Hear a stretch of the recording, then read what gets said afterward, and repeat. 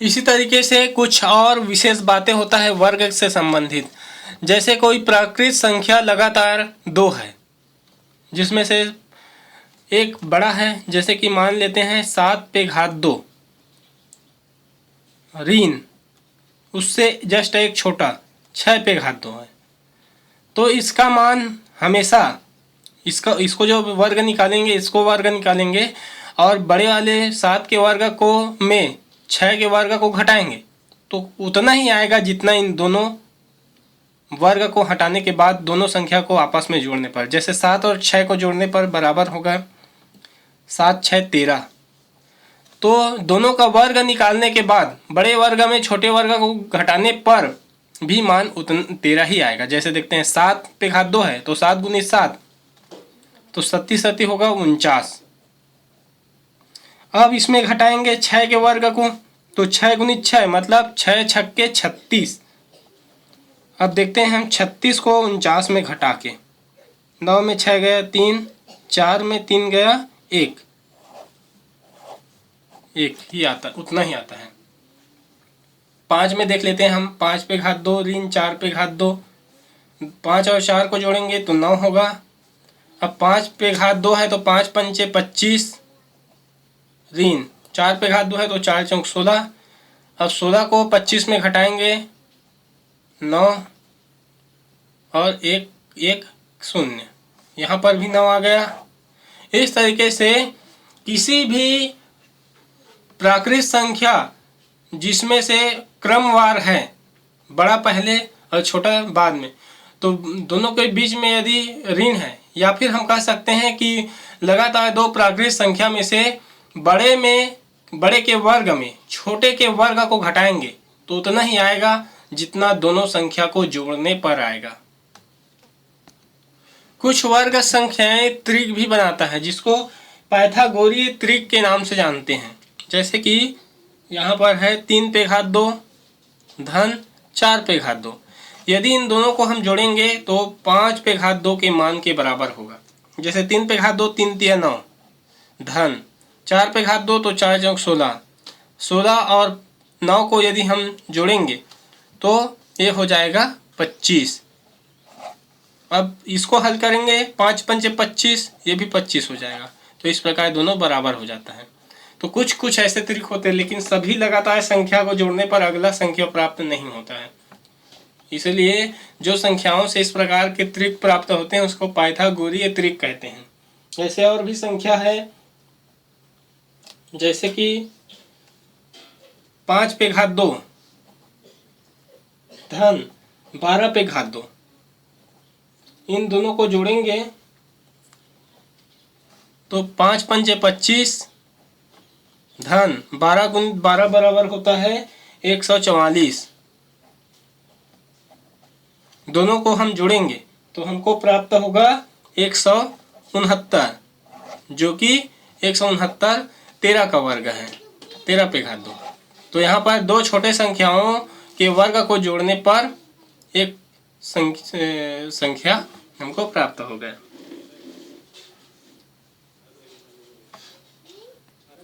उसी प्रकार ये जैसे 3 है उसके जगह में 6 लाएंगे, ये 4 है तो 8 और यहाँ पर 5 है तो 10 का मान हो जाएगा। यदि तीनों को डबल करेंगे तो भी इसका मान बराबर ही आएगा। अब हम किसी संख्या को पूर्ण वर्ग कैसे बनाया जाता है इस पर और एक विचार करेंगे।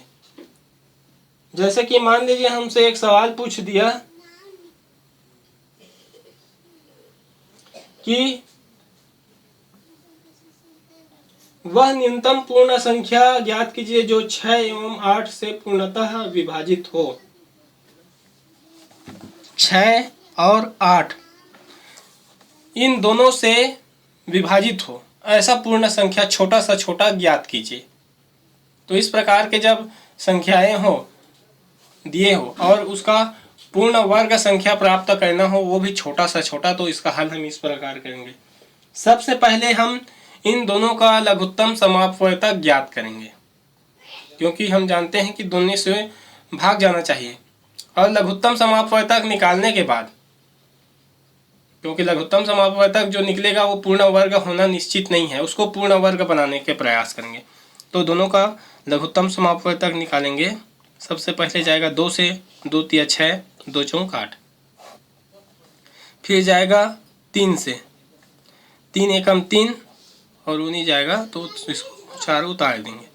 अब जाएगा 4 से, या 2 से भी दे सकते हैं, सीधा हम 4 से दे देते हैं। 4 एकम 4, इस प्रकार आ गया 2 गुणित 3 गुणित 4, 2 तिया 6 और 6 चौक 24, 24 आ गया। इस प्रकार हमको 24 लघुत्तम समापवर्तक प्राप्त हो गया। परंतु हम जानते हैं कि 24 जो है पूर्ण वर्ग संख्या नहीं है, तो इसको अब हम पूर्ण वर्ग संख्या बनाने का प्रयास करेंगे। तो पहले हम इसको गुणनखंड विधि से हल निकाल के देखेंगे कि इसका जोड़ा बनता है या नहीं बनता है। नहीं बनता है तो जो आंकड़ा होगा उसके हिसाब से फिर हम पूर्ण वर्ग बनाएंगे। 24 है, 2 से जाएगा, 2 एकम 2, 2 दूनी 4। अब ये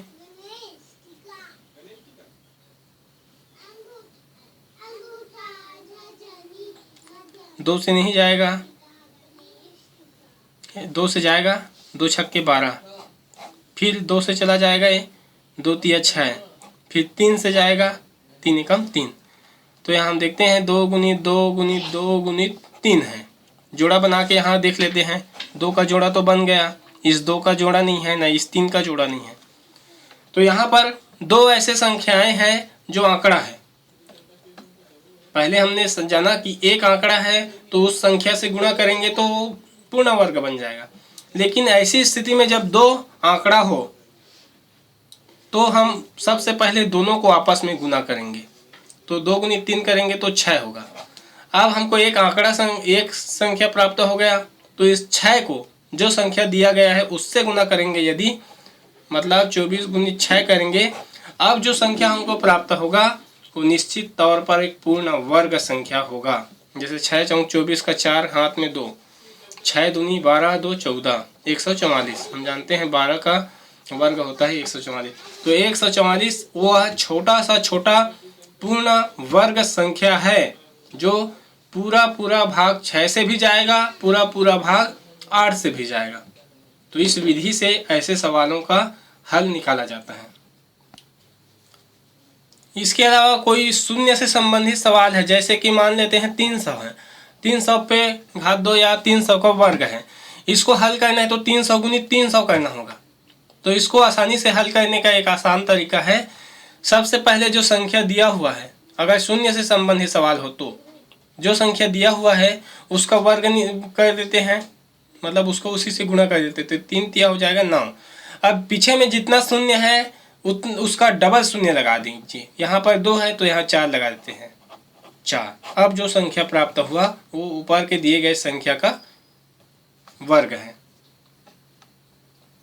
तो इकाई, दहाई, सैकड़ा, हजार, 10,000, मतलब 90,000। 300 का वर्ग होगा 90,000। अभी तक हमने वर्ग संख्याओं के बारे में समझा। अब हम घन संख्या और पूर्ण घन संख्या के बारे में समझेंगे। ये भी लगभग वैसा ही है। जब कोई संख्या पूर्ण वर्ग में हमने पढ़ा, जब कोई संख्या को उसी संख्या से गुणा करे तो वो वर्ग प्राप्त होता है। जैसे 2 गुणित 2 बराबर 4, मतलब 2 पे घात 2 या 2 का वर्ग होगा 4। परंतु घन इससे थोड़ा सा अलग है। यहाँ पर हम उसी संख्या को उसी संख्या से गुणा किए, लेकिन घन में हम उसी संख्या को उसी संख्या से 2 बार गुणा करेंगे। जैसे कि 2 को गुणित 2 गुणित 2, इस 2 को 2 बार गुणा किए, फिर 2 से, फिर 2 से, तो यहाँ मान हो जाएगा 2 दूनी 4, 4 दूनी 8, मतलब 2 पे घात 3 आ जाएगा क्योंकि 3 बार गुणा हुआ है, बराबर होता है 8। तो ये 2 का घन है। 3 यदि घात होगा तो घन कहलाता है। तो 2 पे घन 3 या 2 का घन होता है बराबर 8। इस तरीके से घन का महत्व रहता है। अब कोई भी संख्या घन है या नहीं है, इसको निकालने का भी आसान तरीका है। जैसे वर्ग में हमने निकाला कि 2-2 का जोड़ा बनता है, तो घन में हमेशा 3-3 का जोड़ा बनना चाहिए। और यदि जो आंकड़ा है उसको यदि एक आंकड़ा बचा है तो 2 बार गुना करेंगे। 2 आंकड़ा बचा है, एक पस की कमी है, तो उसमें 1 बार गुना करेंगे। देखते हैं आगे। जैसे कि मान लीजिए है एक संख्या 27। अब इसका हम गुणनखंड निकालेंगे। 2 से नहीं जाएगा, 3 से देखते हैं। 3 या 27 होता है, मतलब 9। 3 तिया 9, 3 आ गया। 3 एकम 3। इस तरीके से हम देखते हैं 3 से 3 बार ये भाग गया, तो 3 गुणित 3 गुणित 3। तो हम देखते हैं कि 3 का जोड़ा स्पष्ट बन गया। इससे ये पता चलता है कि 27 एक पूर्ण घन संख्या है। अगर यहाँ कोई आंकड़ा बच जाता तो ये पूर्ण घन नहीं होता। अब हम देखते हैं कि ये पूर्ण घन यदि नहीं है और कोई आंकड़ा संख्या है तो इसको पूर्ण घन हम कैसे बनाएंगे। जैसे कि मान लीजिए हमारे पास एक संख्या है 72। जस्ट इसको उल्टा कर दिए, 2 इधर 7 उधर। अब इसका यदि हमको मान निकालना है, ये पूर्ण वर्ग है या नहीं, यदि नहीं है तो कैसे पूर्ण वर्ग बनाएंगे। सबसे पहले हम देखते हैं 2 से जाएगा, 2 तिया 6, 1 बच गया, 2 छक्के 12। फिर 2 से जाएगा, 2 एकम 2, 2 अट्ठे 16। फिर 2 से जाएगा, 2 निया 18। अब 3 से जाएगा, 3 तिया 9। अब फिर 3 से जाएगा 1। तो यहाँ पर हमको संख्या प्राप्त हो गया 2 गुणित 2 गुणित 2 गुणित 3 गुणित 3। 2 का जोड़ा बन गया, 3 का 2 ही जोड़ा बना। 2 का 3 हो तिकड़ी बन गया, मतलब घन का हिसाब से सही नियम है। पर 3 का यहाँ 3 जोड़ा नहीं बना, एक यहाँ कमी हो गया। तो निश्चित तौर पे यहाँ पर 1 और 3 आना चाहिए, मतलब 3 का यहाँ 1 बार कमी है, जोड़ा नहीं बन पाया। तो ऐसी स्थिति में यदि हम 3 से गुणा करेंगे 72 को, तो जो संख्या हमको प्राप्त होगा वो पूर्ण घन संख्या होगा। जैसे 3 दूनी 6, 3 सत्ते 21, 216 यदि होता तो एक पूर्ण घन होता। अब मान लीजिए 72 के बजाय एक 3 को और घटा देते हैं। 3 दूनी 6, 2 बार में गया, 1 बच गया। 3 चौक 12। मान लेते हैं हमारे पास 24 होता, केवल 24। तो इससे यदि हम हल करते तो 2 से 6, फिर 3 से 2 से 2 तिया 6 और 3 से 1 बार जाता। मतलब क्या होता, 2 गुणित 2 गुणित 2 गुणित 3। 2 का 3 बार जोड़ा बनता, 3 केवल 1 ही बार होता। ऐसी स्थिति में हम देखते हैं कि गुणित यहाँ 3 आना चाहिए था, यहाँ 3 आना चाहिए था, मतलब 2 3 की कमी है। तो हम दोनों को गुना करेंगे, 3 गुणित 3 बराबर 3 तिया हो जाएगा 9। अब हमको एक संख्या प्राप्त हो गया 9। अब 9 को यदि हम 24 से गुणा करेंगे, 9 गुणित 24 करेंगे या 24 गुणित 9 करेंगे, तो अब जो संख्या प्राप्त होगा वो एक पूर्ण घन होगा। तो एक इस तरीके से 2 यदि आंकड़ा है तो तीसरा संख्या से गुणा करेंगे। यदि एक ही आंकड़ा है तो 2 जो संख्या आना चाहिए उन दोनों को आपस में गुणा करके जो संख्या प्राप्त होगा उसको दिए गए संख्या से गुणा करने पर हमको एक पूर्ण घन संख्या प्राप्त हो जाता है।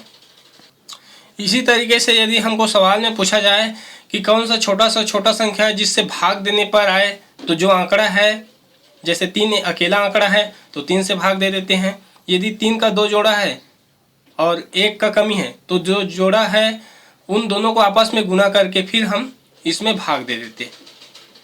तो इस तरीके से जैसा हम गुणा में करते हैं जस्ट उसके विपरीत हम भाग वाले सवाल में करेंगे।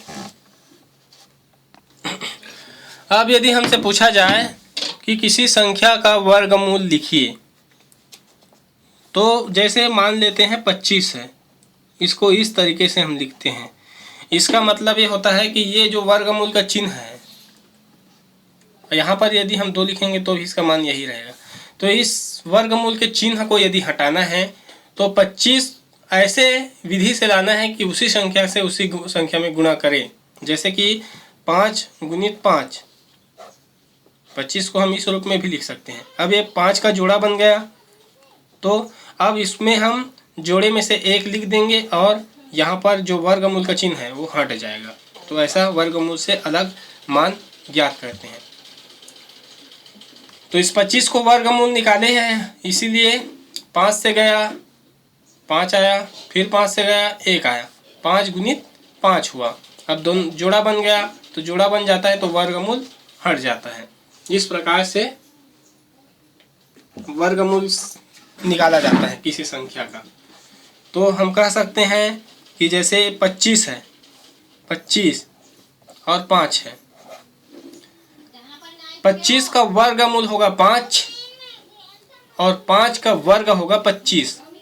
जैसे कि इस तरीके से